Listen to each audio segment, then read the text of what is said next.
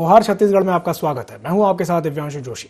तू डाल डाल में पात पात। जी हां, छत्तीसगढ़ में पक्ष विपक्ष के बीच की बहस बता रही है कि चुनाव नजदीक है। हाल ही में उदयपुर में कांग्रेस ने चिंतन शिविर किया, जिसे पूर्व मुख्यमंत्री डॉक्टर रमन सिंह ने चिंता का शिविर कहकर सवाल उठाए। पलटवार में मुख्यमंत्री भूपेश बघेल ने कहा कि पहले रमन अपने पॉलिटिकल करियर की चिंता करें। बीजेपी प्रदेश प्रभारी जब आती हैं तो उन्हें पूछती भी नहीं है। जाहिर है इस पर फिर जवाब तो मिलना ही था। रमन सिंह ने जवाब में राहुल गांधी के बहाने कांग्रेस पर फिर से कटाक्ष किया। अब यहां बड़ा सवाल यह है कि सवाल जवाब के सिलसिले में इस बहस में आखिर आम जनता और उसके हित कहां हैं?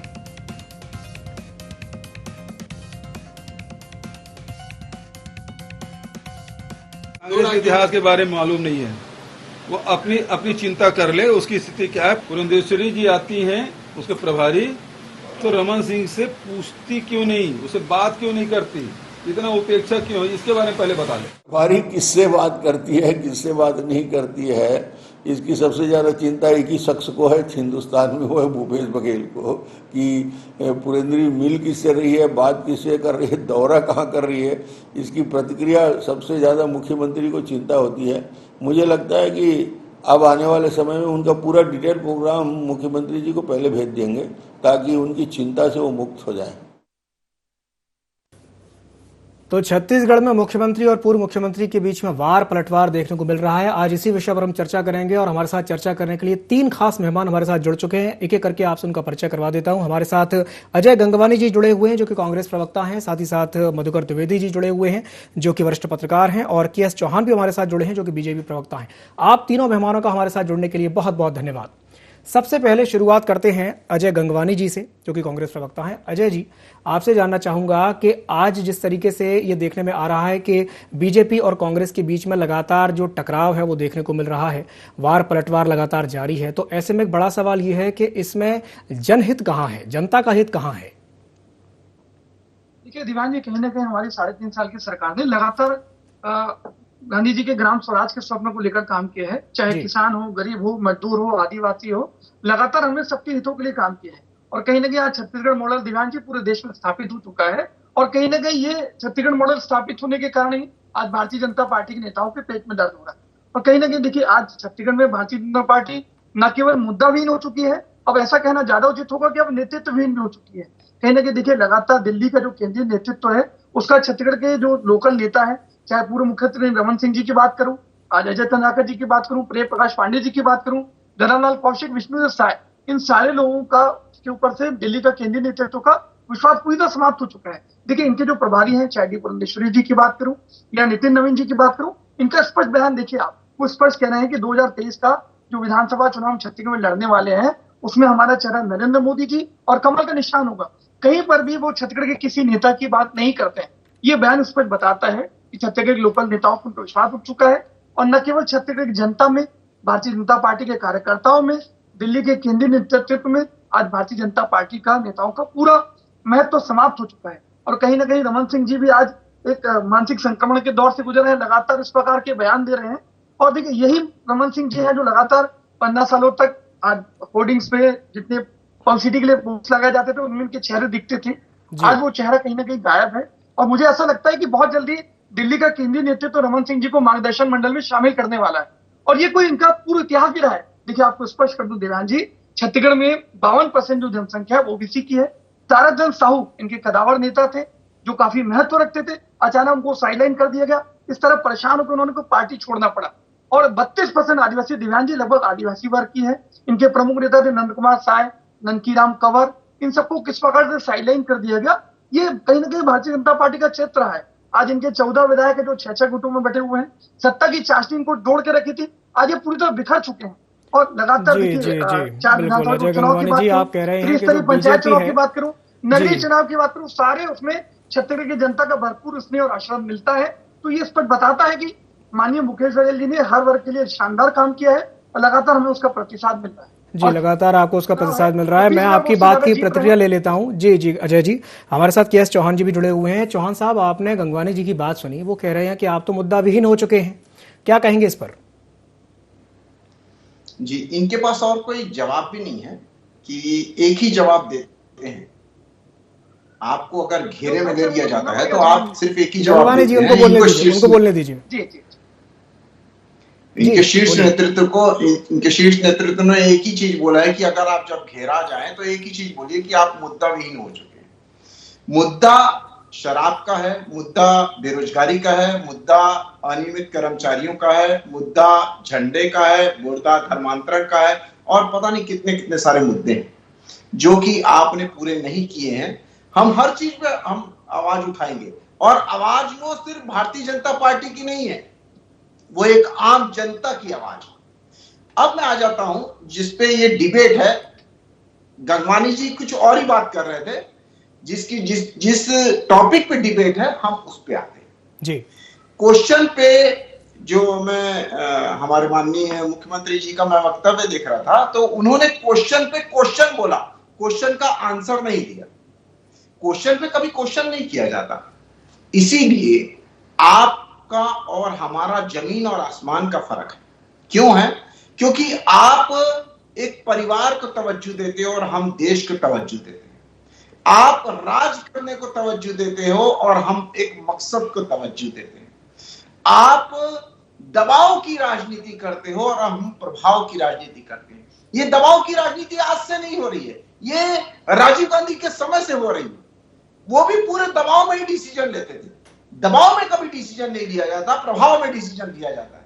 संगठन से नेता होता है, कार्यकर्ता होता है, कार्यकर्ता से संगठन और नहीं होता है, जो कि कांग्रेस पार्टी में अभी हो रहा है। सिर्फ एक नेता को बचाने के लिए, एक परिवार को बचाने के लिए चिंतन शिविर हो रहा है।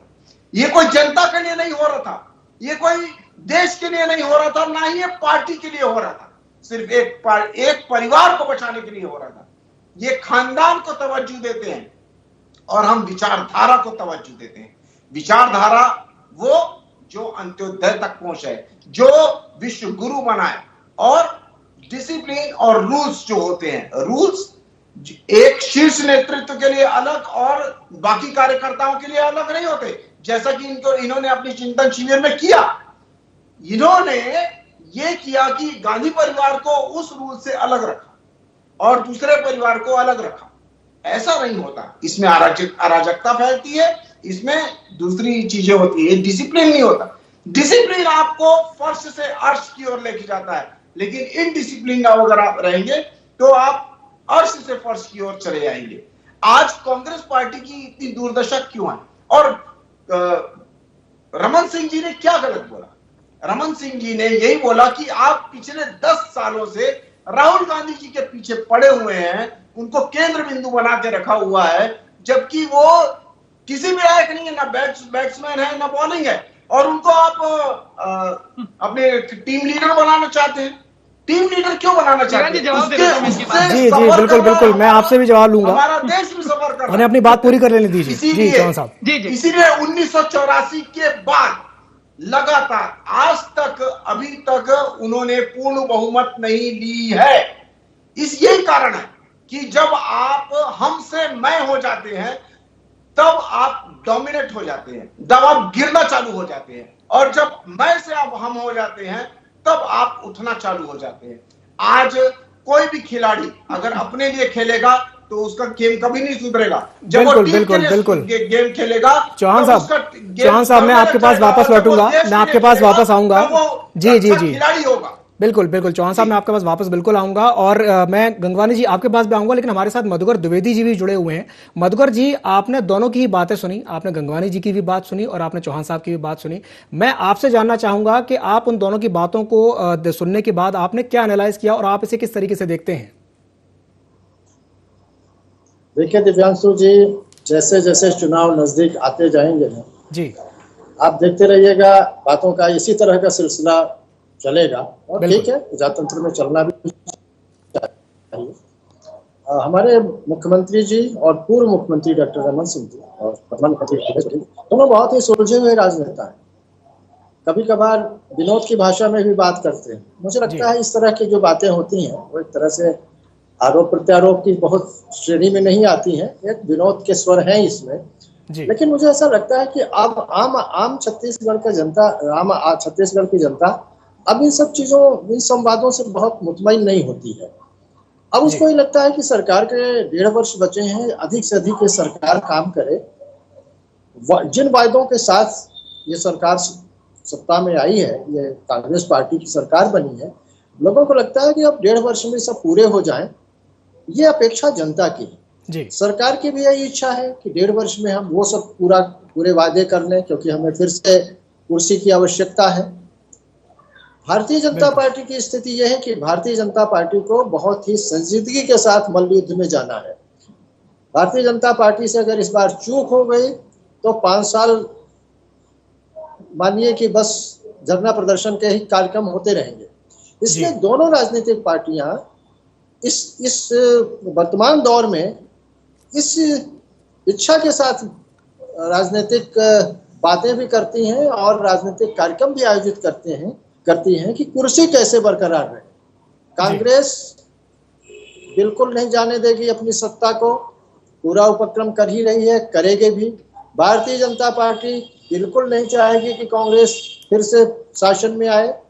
इसलिए मुझे ऐसा लगता है कि अब वर्तमान मुख्यमंत्री को भी और पूर्व मुख्यमंत्री को भी अब भी इन सब हंसी विनोद और मजाक की बातों में बहुत ज्यादा आनंद रस की प्राप्ति न करके अब कुछ इस तरह का वातावरण तैयार किया जाना चाहिए। जी मधुकर जी, आपने बिल्कुल सही कहा कि बयानों में उतना मतलब वजन नहीं है और जमीनी स्तर पर काम होना चाहिए। मैं एक बार फिर से रुक करना चाहूंगा अजय गंगवानी जी का। अजय जी, अभी आपने द्विवेदी जी की बात सुनी और उनका कहना यह है कि इन बयानों से अब जनता ऊपर उठ चुकी है, जनता काम देखना चाहती है और आपके पास सिर्फ 1.5 साल का समय बचा है, 1.5 साल बाद चुनाव होने हैं। तो मैं आपसे जानना चाहूंगा कि जो वादे आपने किए थे, अब आपके पास 15 महीने का समय बचा है, तो उनको आप किस तरीके से देखते हैं और क्या आपकी क्या योजना है कि जिससे वो जो वादे किए गए थे उनको जल्द से जल्द पूरा किया जा सके? देखिए दिव्यांग जी, सबसे पहले आपको स्पष्ट कर दूं, हमारा जो जन घोषणा पत्र था, हमारे माननीय मुख्यमंत्री जी टी.एस. सिंहदेव घोषणा समिति ने जनता के बीच जाकर उनकी समस्याओं को, उनकी मांगों को सुनकर उसके आधार पर हमने जो अपना घोषणा पत्र बनाया, उस जन घोषणा पत्र का शानदार प्रतिसाद मिला और 36 बिंदुओं के घोषणा पत्र में 80% से ज्यादा वादों को हमने पूरा कर दिया है और जो बचे वादे वो भी 1.5 साल में पूरी कर दिए जाएंगे 100%। यहाँ भारतीय जनता पार्टी के प्रवक्ता बैठे हैं, चौहान जी काफी वरिष्ठ प्रवक्ता है, लेकिन सच को स्वीकार नहीं करेंगे। इनकी प्रभारी स्पष्ट रूप से मानती है कि भूपेश बघेल के टक्कर का भारतीय जनता पार्टी में कोई चेहरा नहीं है। आपने प्रश्न पूछा लेकिन गोल गोल घुमाते रहे, सच का जवाब नहीं देना पड़ा। देखिए उनकी बातों से मैं स्पष्ट सहमत हूँ। आज ये महंगाई बेरोजगारी की बात करते हैं, आज बेरोजगारी का 45 वर्ष का रिकॉर्ड टूटा। 2014 में 71 रुपए वाला बैचलर जो 112 रुपए बिकता है, 56 रुपए बिकने वाला डीजल आज 95 रुपए से पार हो गया। 400 रुपए की रसोई के साथ 1050 बिक रही है। इस मुद्दे पर भारतीय जनता पार्टी आंदोलन नहीं करना चाहती, क्योंकि कहीं ना कहीं आज हम दो और हमारे दो की केंद्र की मोदी सरकार के खिलाफ न इनके 9 लोकसभा सांसद, 2 राज्यसभा सांसद, एक केंद्रीय मंत्री, इनके पूर्व मुख्यमंत्री और राष्ट्रीय उपाध्यक्ष, इनमें नैतिक साहस ही नहीं है कि छत्तीसगढ़ के हितों की बात रख सके। तो कहीं ना कहीं आंतरिक लोकतंत्र नाम की चीज इनकी पार्टी में रही नहीं और ये जमीन आसमान की बात करना चाह रहे हैं। बहुत स्पष्ट कर दूं, बहुत अंतर है। भारतीय जनता पार्टी जो है वो छद्म राष्ट्रवाद के लिए, सांप्रदायिक और जातिगत ध्रुवीकरण के लिए, एक धर्म को दूसरे धर्म के खड़ा करने के लिए, सांप्रदायिकता फैलाने की लड़ाई लड़ती है और ये सत्ता लोलुपता के लिए किसी नीचे स्तर तक भी गिरने के लिए पूरी तरह तैयार है। जबकि कांग्रेस पार्टी की बात के आंदोलन से अपना आविर्भाव हुआ और लगातार उन्होंने 67 वर्ष तक आजादी की लड़ाई में अपनी योगदान दिया और देश को आजाद कराया। आज यहाँ चौहान जी बैठे, मुझे करीब 4 नेताओं के नाम बता दें भारतीय जनता पार्टी के नेताओं के जिन्होंने आज स्वतंत्रता आंदोलन में योगदान दिया। आंदोलन में योगदान की बात तो दूर रही। गंगवानी जी, मुखबिरी और जासूसी स्वतंत्रता आंदोलन तक जाने की आवश्यकता नहीं है, अपन मुद्दे पे ही बात करते हैं। चौहान साहब, आपकी प्रतिक्रिया लेना चाहूंगा। गंगवानी जी ने एक बात कही है अभी, उनका कहना यह है कि मेरा दीवान जी 10 सेकंड जी बिल्कुल अपनी बात पूरी कर लीजिए। जी 10 सेकंड में ले रहा हूं आपसे। तो कहीं ना कहीं ये मूलभूत अंतर है कि हम आर्थिक और सामाजिक न्याय की लड़ाई लड़ते हैं, आज एकता और अखंडता की लड़ाई लड़ते हैं। ये जातिगत ध्रुवीकरण और धर्म के खिलाफ लड़ा करना, ये दोनों मूलभूत अंतर है दोनों की विचारधाराओं में। और देखिए कहीं ना कहीं छत्तीसगढ़ में जितने भी परिणाम आ रहे हैं ये इस पर बताते हैं कि माननीय भूपेश बघेल जी के नेतृत्व में शानदार काम हुआ है। हमने सरकार बनते 2 घंटे के अंदर 11,000 करोड़ ऋण माफ किया, 2500 रुपए समर्थन मूल्य दिया। आज 7 अनुपज को खरीदी की जाती है उसको 65 किया। आज बिजली बिल हाफ किया। लगातार गरीब किसान, मजदूर, आदिवासी को मजबूत करने का काम किया है। और छत्तीसगढ़ की जनता 3 साल में वादा निभाने वाली सरकार और 15 साल तक वादा खिलाफी, कमीशन खोरी और भ्रष्टाचारी करने वाले रमन सिंह की सरकार के अंतर को महसूस कर रही है और ये सारे परिणाम इस पर उससे दीवान जी बताते हैं। जी अजय जी, अब आपकी बात पूरी हो गई हो तो मैं के.एस. चौहान साहब से प्रतिक्रिया ले लेता हूं। के.एस. चौहान साहब, आपने गंगवानी जी की पूरी बात सुनी, क्या कहेंगे इस पर? दिव्यांशु जी, जहां तक मैं समझा हूं जी कि ये जो डिबेट हो रही है वो कांग्रेस पार्टी की जो अभी दशा है और दिशा है उस पे ये डिबेट हो रही थी। लेकिन गंगवानी जी की मैं देखता रहा कि गंगवानी जी कम से कम 5% तो बोलेंगे इस विषय पे, जो विषय का डिबेट चल रहा है। गंगवानी जी उनको बोलने दीजिए, उनको बोलने दीजिए, उन्होंने नहीं बोला जी। आज मैं ये बता दूं कि यही दिशा है कांग्रेस पार्टी की, कि जब ये एक्चुअल में इनके पास विचारधारा नहीं, अगर विचारधारा होती तो महाराष्ट्र में ये लोग शिवसेना के साथ गठबंधन नहीं करते, झारखंड में एक लोकल पार्टी के साथ गठबंधन नहीं करते। इनकी विचारधारा नहीं। क्यों विचारधारा नहीं है? क्योंकि नेतृत्व जो है, शीर्ष नेतृत्व जो है, वो कहीं ना कहीं उलट चुका है, खत्म हो चुका है। गंगवानी जी उनको बोलने दीजिए, उनको अपनी बात पूरी करने दीजिए। कांग्रेस पार्टी को जो प्यार करते हैं ना, आपको भी मैं बोलने का मौका दूंगा, उनकी पूरी बात हो जाने दीजिए। कांग्रेस पार्टी को प्यार करते हैं, उन लोग भी ये चाहते हैं कि हमारा जो ये नेतृत्व है, एक एक करके अपनी बात रखिए। तब तक वो कांग्रेस पार्टी को उभरने नहीं देंगे कभी भी, जब तक उनका गांधी परिवार का नेतृत्व नहीं हट जाए। क्यों नहीं हट जाएगा? क्योंकि वो सही में पार्टी को, देखिए ऐसे नहीं, देश को प्यार करते। एक एक करके अपनी बात रखिए ताकि आप दोनों की बात हमें सुनाई दे सके और समझ में आए। मैं इनके बीच में बोला नहीं, ये मेरे बीच में बोल रहे हैं। गंगवानी जी उनको अपनी बात पूरी कर लेने दीजिए, उसके बाद मैं आपके पास वापस आ जाऊंगा। ये मेरे बीच में बोल रहे हैं। अजय जी आप उनको अपनी बात पूरी करने दीजिए, चौहान साहब को अपनी बात पूरी कर लेने दीजिए, उसके बाद मैं फिर एक बार आपको मौका दूंगा बोलने का। जी चौहान साहब, पूरी बात सुना आप मेरे को आप मेरी बात सुनिए। जी जो तथ्य है वो देखिए। जब आपको बोलने का मौका दिया गया तो आपने 5% भी नहीं बोला। जी जो टॉपिक चल रहा है 5% भी नहीं बोला आपने। आप ले गए स्वतंत्रता के बाद, आप इधर ले गए, आप उधर ले गए, आपने कुछ भी नहीं बोला। आप क्या कर रहे थे? आज प्लीज इनको चुप कराइए, मेरी बात पूरी होने दीजिए। गंगवानी जी, अजय जी शांत हो जाइए, अजय जी शांत हो जाइए। अजय जी उनको अपनी पूरी बात कर लेनी थी। मैं आपके पास एक बार फिर से वापस आऊंगा। चौहान साहब जी बोलिए जी। ये लोग युवाओं की बात करते हैं जी, और सामने पंक्ति में 50, 60, 70 जो साल से ऊपर वरिष्ठ लोग हैं उनको रखते हैं। युवा लोग बहुत पीछे रहते हैं इनके। ये लोग कंफ्यूज में। मेन बात ये है दिव्यांशु जी, इनका प्रॉब्लम ये है कि ये लोग सिर्फ एक परिवार को बचाना चाहते हैं। ये जो धरना, ये जो इनकी चिंतन शिविर की बैठक थी, ये कोई देश के लिए नहीं थी, जनता के लिए नहीं थी, पार्टी के लिए भी नहीं थी, परिवार के लिए थी। गांधी परिवार अपनी पार्टी का नहीं है तो देश का क्या होगा? देश की कोई चिंता नहीं। और इन्होंने जो पद यात्रा निकालने की कोशिश की है, ये सब मैनेजमेंट है कि एक परिवार को कैसे बचाया जाए, लेकिन वो परिवार बचेगा नहीं। वो क्यों नहीं? और अगर वो बचा तो ये और पार्टी को लेकर डूबेगा। हम भी चाहते हैं कि विपक्ष मजबूत होना चाहिए। बिल्कुल विपक्ष बहुत मजबूत होना चाहिए। एक स्वस्थ लोकतंत्र के लिए बहुत ज्यादा आवश्यक है कि जो विपक्ष है वो बहुत ज्यादा मजबूत होना चाहिए। बिल्कुल सही कहा आपने चौहान साहब, जरूरी है। लेकिन विपक्ष का आज इनकी चिंता सत्ता में आने की नहीं है दिव्यांशु जी। आज इनकी चिंता है विपक्ष में रहने की, क्योंकि यूपीए में जो स्थिति थी इनकी 2014 में, 2019 में, आज वो स्थिति नहीं रह गई है। G23 जो इनसे अलग विचारधारा रखे हुए अलग उनको बोल रहा है, ये चिंतन शिविर उसको अपनी यूपीए में अपनी जगह पर आने के लिए। चौहान साहब,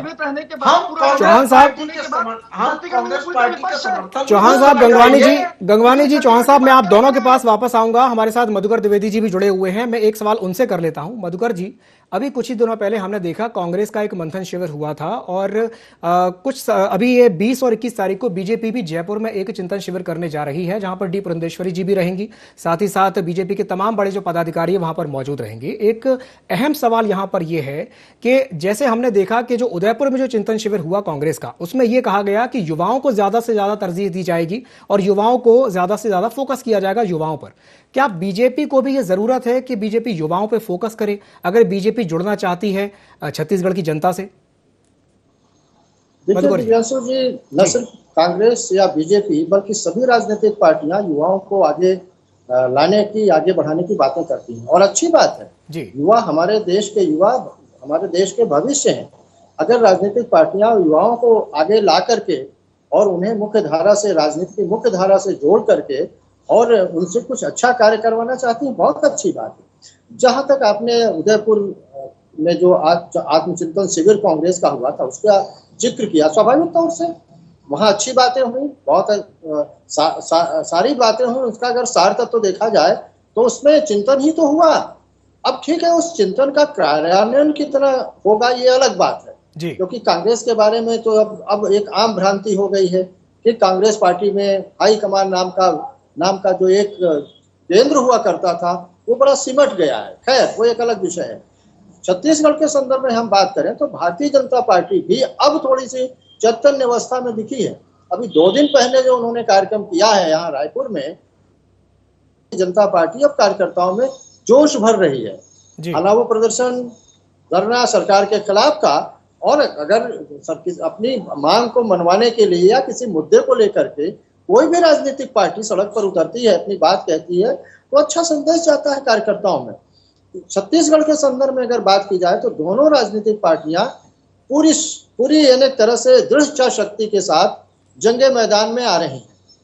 लगभग 1.5 वर्ष बाद चुनाव होना है छत्तीसगढ़ में जी। दोनों राजनीतिक पार्टियां यही प्रयास करती रहती हैं कि हम आगे कैसे बढ़ें, जनता जनार्दन में कैसी एक तस्वीर पेश हो जाए पार्टी की।